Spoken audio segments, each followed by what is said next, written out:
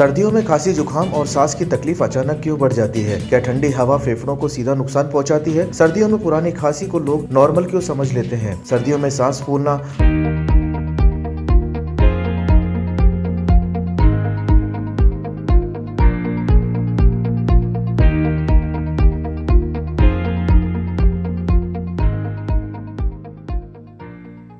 सीने में जकड़न होने पर क्या करना चाहिए? इस प्रकार के सभी सवालों को लेकर हमने अजमेर के जाने माने क्षेत्रपाल हॉस्पिटल के MD respiratory medicine doctor Satish Sharma से खास बातचीत की है। आइए आपको दिखाते हैं क्या कुछ महत्वपूर्ण टिप्स बता रहे हैं डॉक्टर सतीश। नमस्कार, मेरा नाम डॉक्टर सतीश शर्मा है। मैं एमडी पल्मोनरी मेडिसिन हूँ और अभी मैंने इसी महीने क्षेत्रपाल हॉस्पिटल में अपनी सेवाएं देना शुरू किया है। डॉक्टर साहब, पहला सवाल है, सर्दियों में खांसी, जुकाम और सांस की तकलीफ अचानक क्यों बढ़ जाती है? क्या ठंडी हवा फेफड़ों को सीधे नुकसान पहुंचाती है? हाँ, जिन लोगों में मतलब सीजनल एलर्जी की हिस्ट्री होती है उन लोगों में तकलीफ बढ़ सकती है। सर्दियों में पुरानी खांसी को लोग नॉर्मल समझ लेते हैं। किन लक्षणों को बिल्कुल नजरअंदाज नहीं करना चाहिए? अगर खांसी के साथ में आपको बलगम आता है, साथ में फीवर भी है और सांस लेने में तकलीफ हो रही है तो ऐसी खांसी को नॉर्मल नहीं समझना चाहिए और इसको मतलब सीरियस समझ के और तुरंत किसी भी चेस्ट फिजिशियन से अपनी जांच करवा के और उनकी सलाह लेनी चाहिए।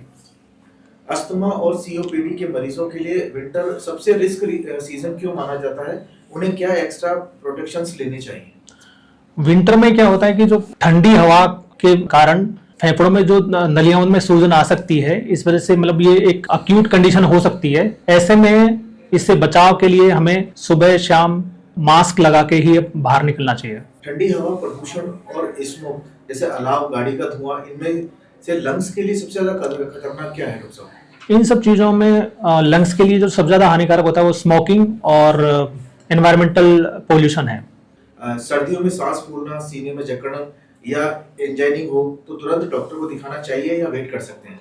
नहीं, ऐसी कंडीशन में बिल्कुल भी वेट करने की जरूरत नहीं है। अगर सीने में जकड़न है तो इसका मतलब आपको सीरियस फेफड़े में ऑब्स्ट्रक्शन की चांसेस हो सकते हैं। ऐसे में तुरंत आप चेस्ट फिजिशियन की सेवाएं लें। क्या विंटर में बार बार इन्फेक्शन होने का मतलब इम्यूनिटी कमजोर और लंग्स को स्ट्रॉन्ग रखने के लिए क्या करना चाहिए? एग्जैक्टली, अगर बार बार आपको लंग्स का इन्फेक्शन हो रहा है इसका मतलब आपकी इम्यूनिटी भी कमजोर है और ऐसे में आपको अपने न्यूट्रिशन पे ध्यान देना चाहिए। और अगर आप में कोई भी हैबिट है जैसे स्मोकिंग या गुटखा, तंबाकू की, उसको क्विट करने का सोचना चाहिए ताकि आप इम्यूनिटी बूस्ट हो सके। साथ में न्यूट्रिशन का भी ख्याल रखें और अपने लाइफस्टाइल में चेंजेस करें। अगर आपकी लाइफस्टाइल सीडेंटरी है तो आप एक्टिविटी बढ़ाएं। इस तरीके से आप अपने रिस्क को कम कर सकते हैं।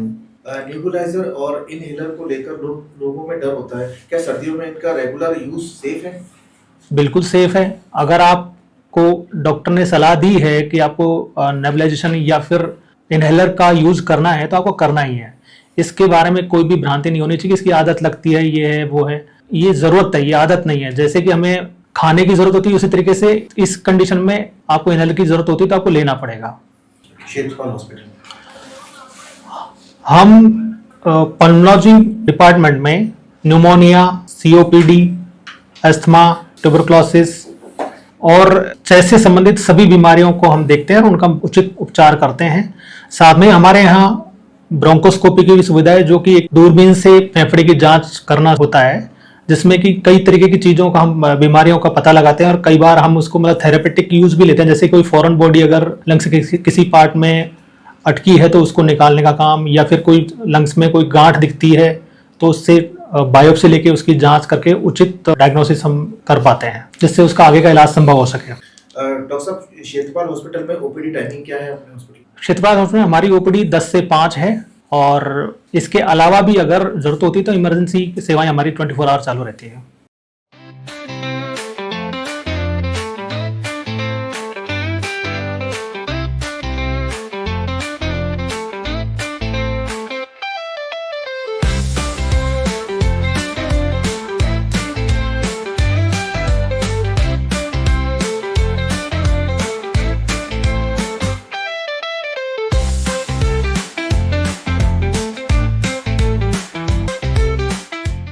गाड़ी को पेट्रोल चाहिए और सर्विस पर चाहिए सेविंग्स, तो आइए श्रीनगर रोड के रिलायंस पेट्रोल पंप अजमेर पर, और जैसे ही आप करवाते हैं टैंक फुल, अजमेर ऑटो और अजमेर होंडा देते हैं आपकी पेड सर्विस के लेबर चार्जेस पर 15% special discount. Offer valid for limited time.